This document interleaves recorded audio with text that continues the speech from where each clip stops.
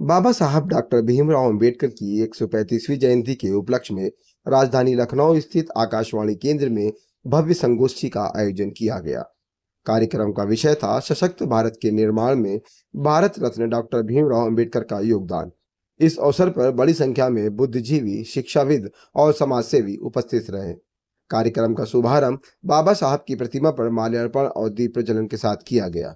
इस दौरान आकाशवाणी के उप महानिदेशक R B Singh, professor Suresh Babu, professor M Ravi Kumar, professor Nand Kumar Maurya, professor Varun Chhachhar तथा अधिवक्ता नीलम सहित कई गणमान्य लोग मौजूद रहे।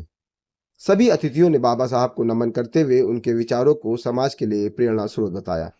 कार्यक्रम में भगवान बुद्ध की वंदना भी की गई और देश में शांति, सद्भाव और भाईचारे का संदेश दिया गया। वक्ताओं ने अपने संबोधन में कहा कि डॉक्टर भीमराव अंबेडकर केवल संविधान निर्माता ही नहीं, बल्कि सामाजिक न्याय, समानता और मानवाधिकार के महान योद्धा थे। उन्होंने अपने जीवन में अनेक संघर्षों का सामना करते हुए समाज के वंचित और शोषित वर्गों का अधिकार दिलाने का कार्य किया। वक्ताओं ने कहा कि आज के समय में बाबा साहब के विचार और भी प्रासंगिक हो गए हैं। शिक्षा, संगठन, संघर्ष का दूसरा संदेश समाज को नई दिशा देता है। उन्होंने युवाओं से अपील की कि वे बाबा साहब के पदचिन्हों पे चले, शिक्षा को अपनाएं और समाज में समानता, भाईचारे को मजबूत करें। कार्यक्रम के अंत में सभी उपस्थित लोगों ने बाबा साहब के आदर्शों को अपनाकर राष्ट्र निर्माण में योगदान देने का संकल्प लिया। संगोष्ठी का माहौल श्रद्धा, प्रेरणा और सामाजिक चेतना से ओतप्रोत नजर आया। भीमराव अम्बेडकर जी का 135वां जन्म उत्सव मनाने के लिए एकत्रित हुए हैं। इस अवसर पर हमने एक संगोष्ठी का आयोजन किया है। इसका विषय है सशक्त भारत के निर्माण में बाबा साहब का योगदान। और इस संगोष्ठी में हमारे वक्ता हैं professor M Ravi Kumar, professor Suresh Babu, professor M K Maurya, professor Varun Chhachhar, Shrimati Neelam Lokesh. आप सभी विद्वान वक्ताओं का मैं आकाशवाणी लखनऊ के इस सभागार में हार्दिक स्वागत करता हूँ। और हार्दिक स्वागत आकाशवाणी लखनऊ के सभी अधिकारियों, कर्मचारियों का, और आप सभी जो इस कार्यक्रम में यहाँ उपस्थित हैं, आप सबका मैं हार्दिक स्वागत करता हूँ।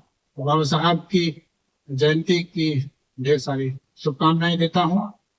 और मुझे पूरा विश्वास है कि जो हमारी संगोष्ठी है, हमारे विद्वान वक्ता अपने विचार हमारे सामने प्रस्तुत करेंगे। हम उसे लाभान्वित होंगे और बाबा साहब के बताए हुए रास्ते पर चलने की हमको प्रेरणा मिलेगी। कितना ही नहीं है, हमको लगता है पूरा विश्व में सेलिब्रेशन हो रहा है बाबा साहब। 3 करोड़ का अमेरिका बड़ा बड़ा देश है। I want to start by saying, मरने के बाद एक व्यक्ति इतना पॉपुलर कैसा हो सकता? सबको पता है 1956 में इनको देहांत हो गए। बट अगर आप देखेंगे 56 के बाद लगातार 26 जगह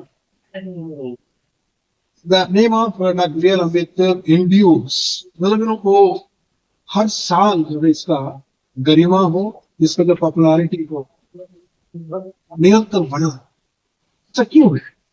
एक व्यक्ति इतना पॉपुलर कैसा होगा? That's right, doctor Ambedkar ji कहते हैं उनका पॉपुलर सेंटेंस है, men are mortal but ideas are immortal। लोग मरेंगे लेकिन उनका विचार जो है अभी। आज हम लोग थोड़ी देर बाबा साहब के विचार के बारे में हम लोग थोड़ा चर्चा।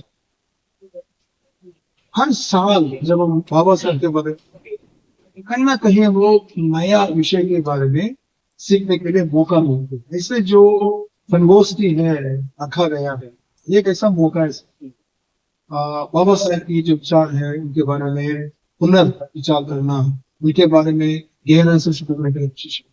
ये अवसर एम्प्लॉई से बहुत पावरफुल पोजीशन में है समाज में। अगर अम्बेडकर जी के बारे में ज्यादा अच्छा जानकारी आपके पास है, you can contribute better, you can really bring change. साहब के कंट्रीब्यूशन को समझने की कोशिश कर रहे हैं कि आखिर भारत ही नहीं, पूरे विश्व की मानवता के लिए उनका क्या कंट्रीब्यूशन।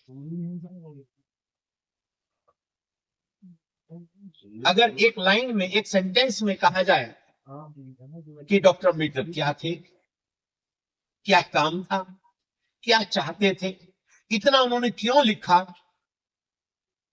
या इतनी डिग्रियां उन्होंने क्यों ली, एक सेंटेंस में कहा जाए तो मैं इस तरीके से कहने की कोशिश करूंगा जैसे हमारे घर परिवार में कोई एक्सपायर हो जाता है, मर जाता है, चाहे वो स्त्री हो या पुरुष हो,